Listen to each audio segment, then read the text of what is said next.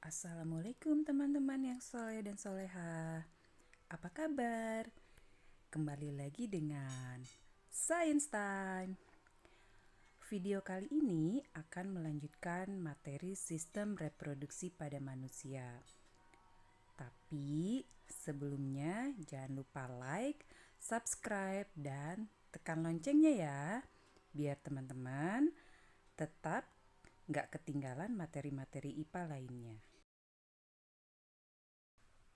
Sejak masa pubertas, yaitu antara usia 10-15 tahun, wanita mengalami proses bulanan yang disebut siklus menstruasi.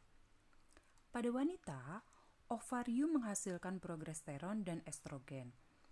Hormon ini menyebabkan payudara membesar dan jaringan lemak membentuk tubuh lebih kuat.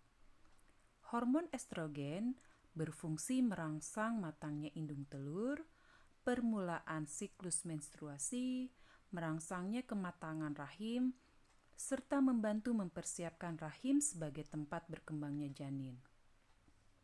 Bersama progesteron, estrogen mencegah pelepasan sel telur ketika pembuahan terjadi, sehingga kehamilan ganda dapat dicegah. Siklus menstruasi adalah perubahan dalam tubuh wanita, khususnya pada bagian organ reproduksi. Menstruasi terjadi ketika lapisan uterus bagian dalam atau endometrium yang menebal meluruh karena tidak adanya pembuahan pada sel telur. Siklus menstruasi pada setiap wanita berbeda-beda. Bisa terjadi antara 23 sampai 35 hari. Namun, rata-rata siklus menstruasi terjadi 28 hari. Siklus menstruasi terjadi 4 fase.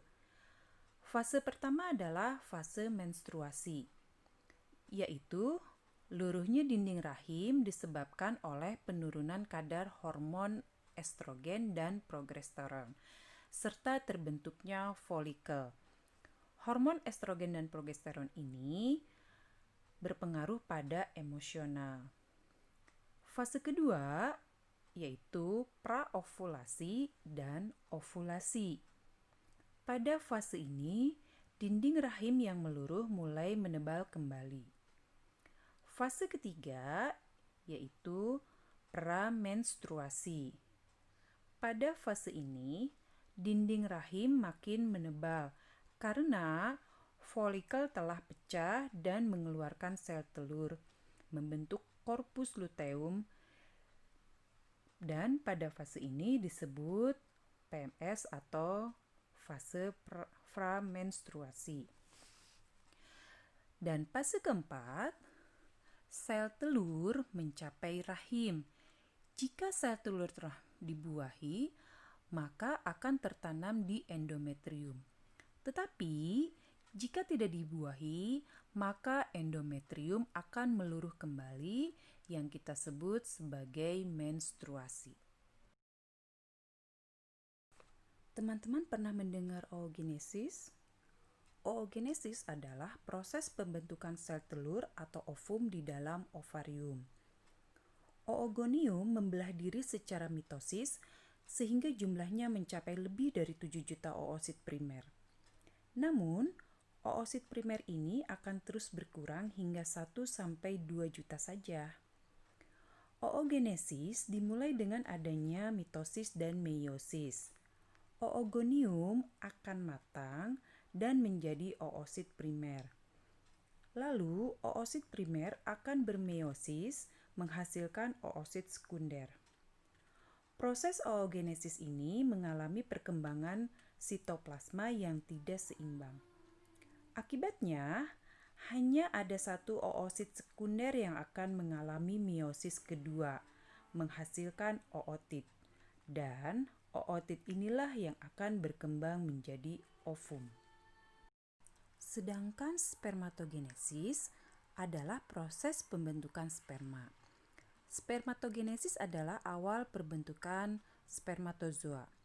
Sama seperti oogonium, spermatogonium membelah diri secara mitosis menghasilkan spermatosit primer.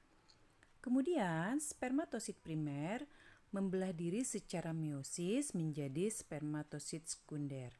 Dan spermatosit sekunder membelah diri lagi secara meiosis menjadi spermatid yang akan berkembang menjadi sperma.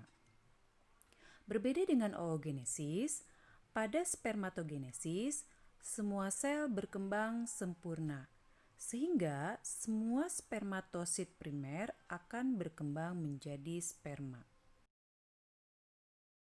Nah, sel sperma itu sendiri terdiri atas bagian kepala, bagian tengah, dan bagian ekor. Sperma akan dikeluarkan dari tubuh saat ejakulasi. Ejakulasi adalah pengeluaran semen dari uretra. Walaupun yang akan membuahi sel telur hanya satu sperma saja, namun dalam keadaan normal, setiap mililiter semen terdapat sekitar 100 juta sperma. Dan sperma yang menembus dinding ovum hanya bagian kepala saja. Bagian tengah dan bagian ekor akan putus. Oke teman-teman, sekian materi sistem reproduksi pada manusia kali ini. Terima kasih sudah menyimak materi dari awal hingga akhir. Sampai ketemu lagi di materi selanjutnya. Wassalamualaikum warahmatullahi wabarakatuh.